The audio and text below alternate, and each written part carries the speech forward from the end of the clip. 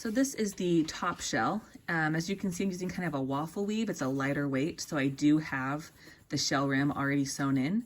If you are doing a thicker fabric like a fleece, or if you have fleece or batting inside the shell rim, I strongly recommend that you consider the alternative option of hand stitching it on later. But because this is a lighter weight, I just have it on right now. Kind of to help you orient yourself with this, there's a narrower opening back here between darts and a wider opening up here between darts. So the narrower opening is the back, the wider one is the front. So I'm going to start by taking this back piece.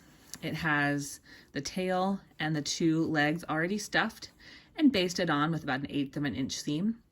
And I'm going to be using clips for this step because of all of the layers. You're welcome to use pins if you would like. So we're going to flip this over.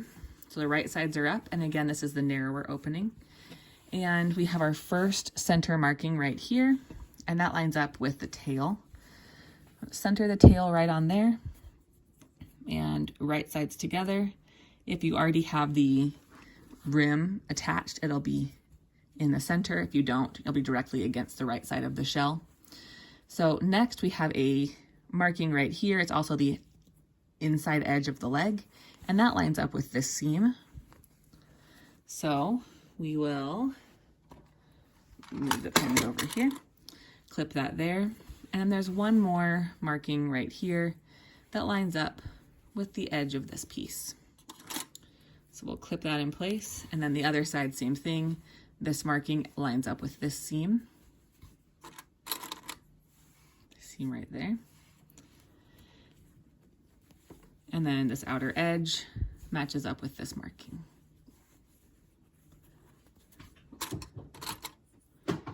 Now we're moving to the front, which is the wider portion between darts.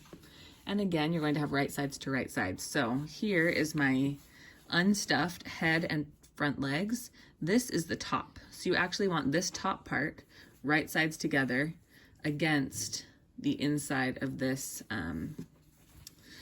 seam. So let's orient that. We're gonna flip it.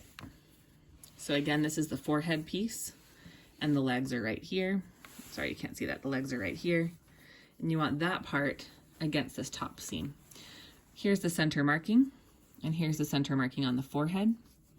So we're gonna line those up and pin or clip it in place. One other way to make sure you have this oriented the right way is that this crest will be on top. It's not against the top shell.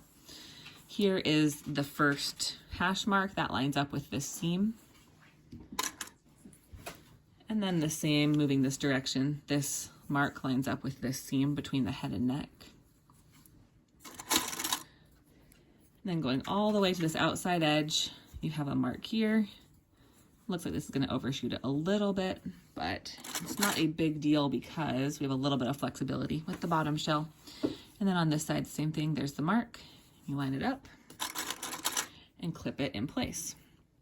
So the next step is going to be to stitch 1/4 inch around here. As you can see, there's already a seam line here where I basted. So you want to be a little bit more inside this line when you stitch. And then you want to also do 1/4 inch along the forehead and neck pieces, and the top legs, the front legs, are sandwiched in there as well.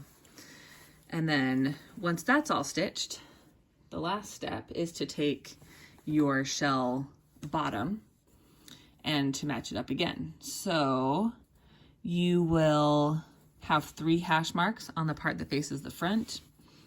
Let's pretend this is already sewn. I'll just show you really quickly how to match this up. And you will clip to match the center marking with the center marking, and then the next marking matches up with the seam between the head and neck, and you will have that crest piece sandwiched in the middle here. And the same thing, this mark matches up with this seam. And then this corner matches up right here, where if this was already sewn, this clip would be gone right in this space. So you clip that in place. Same thing over here. This corner matches up here. Clip that in place. You can choose where you leave your opening. The side would be fine, but I really like leaving my opening back here. It's pretty well hidden on the pattern. So these hash marks line up, but I recommend going about 1.5 to 2 inches to each side to clip. And you'll leave this section open when you stitch, because that's where you're going to turn the pieces through. And if you want a bigger space, you can always adjust as needed. If anything extra stuffed, you might need a bigger space. And then again, you go down to these corners, clip those in place, and just continue all the way around. And then your last seam is to do all the way around this shell bottom piece. Leave this open, so you'd skip over rest of the way. So I guess you'd start here, go all the way around end, and then turn it right ways out through this little opening in the bottom of the bottom shell.